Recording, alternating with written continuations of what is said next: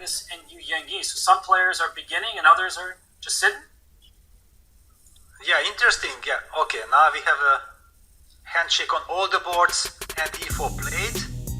c5, okay, it's gonna be a Sicilian. Wow, a6, okay, the fancy stuff. Magnus Carlsen playing on the first board, sharing the lead and going for the second a6. Ooh, wow. Okay, I think he wants to take Yangyi out of the most comfortable, most familiar opening variation. So he plays the O'Kelly variation, and it can be transposing into several different lines depending on where Magnus decides to go from here. But Yangyi first has to move. Yes, basically there was a common knowledge, yes, that c4 leads to some hedgehog type of positions, and c3 like an input alapin. Yeah, that was also the move throughout my career. I was using the c3 move, but here we see something completely different. c4, knight c6, d4 takes, knight f6 on the board, knight c3 answered, and e5. But this is the new development, and look at this. No, hang on. The moves are coming in way too quickly. No. Slow down, everyone. Everybody is used to it at this point, the relay issues that are out of our control. But what's in our control is to analyze this position. Knight takes e4. There's a knight on c6 that is hanging from a pawn. Now the knight on e4 can be picked up seemingly for free, but the bishop on c8.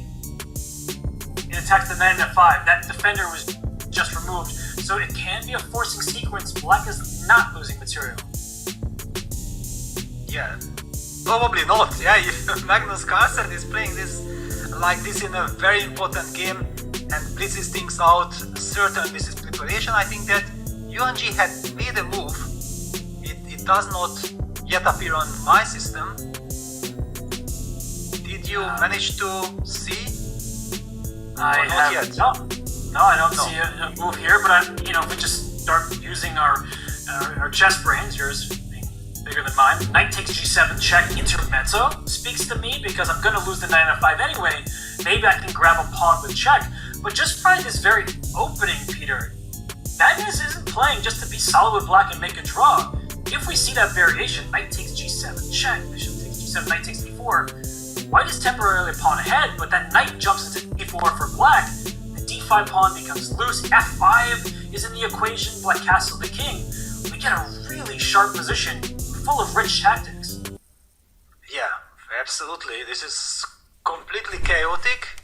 I don't know exactly objectively it is sound or not. Yeah, if it's perfectly sound or not, but... Check the mic and make sure it sound right, boys.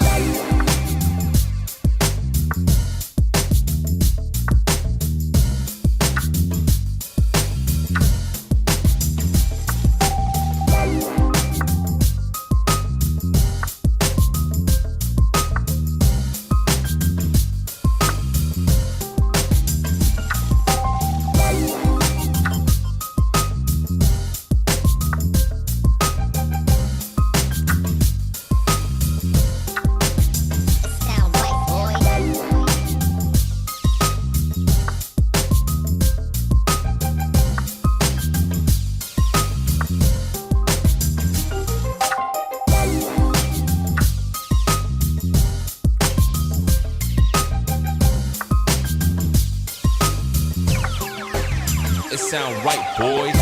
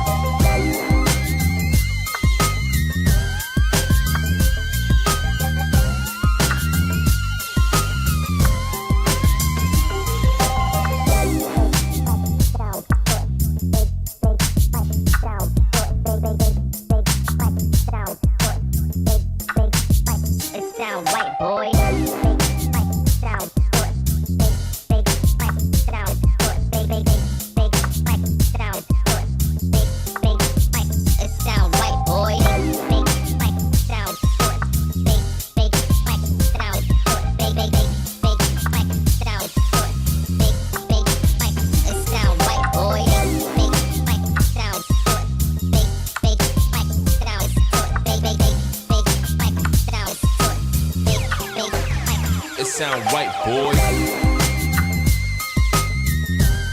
We discussed what is compensation. Well, now it's all basically relying on the fact that there is no way to unpin from white side because bishop c2 is always met by bishop takes c2. You can never take on f5 because then the rook hangs from d1 and white's pieces are overloaded.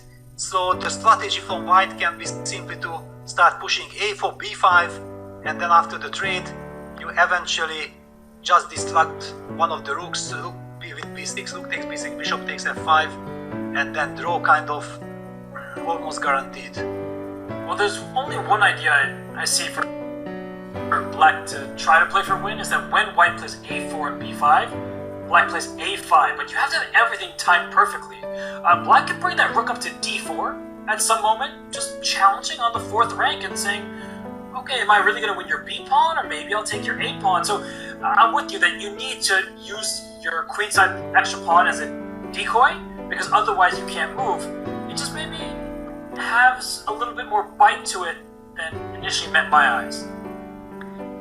Yes, the same mind. Yeah, I was expecting that. Okay, this compensation is trivial draw. If I have to worry about something, then I might also use a different strategy. Just sit and wait. Rook d2, rook d1, rook d2, rook d1. Yeah, it's just not weakening anything on the queen side. I like that. I kind of forgot that about rook to d2 because I was thinking how the move rook f3 was not possible with bishop g4 pinning the rook. So rook d2, rook d1, you're right. You can just sit and do nothing, and it looks like I think Magnus brought his rook to d4 as we see on the camera. So I think a4, rook d4, pawn to b5 has been played, and that should result in mass liquidation. We're seeing these moves happen. Should just be a simple draw now. Yes. Basically, shake hands is to be expected. B takes a6. I wonder why Magnus did not consider your idea with a5, or he anyway felt like, okay, b6 is coming and let's not get fancy. Maybe he felt with the case. Yeah, with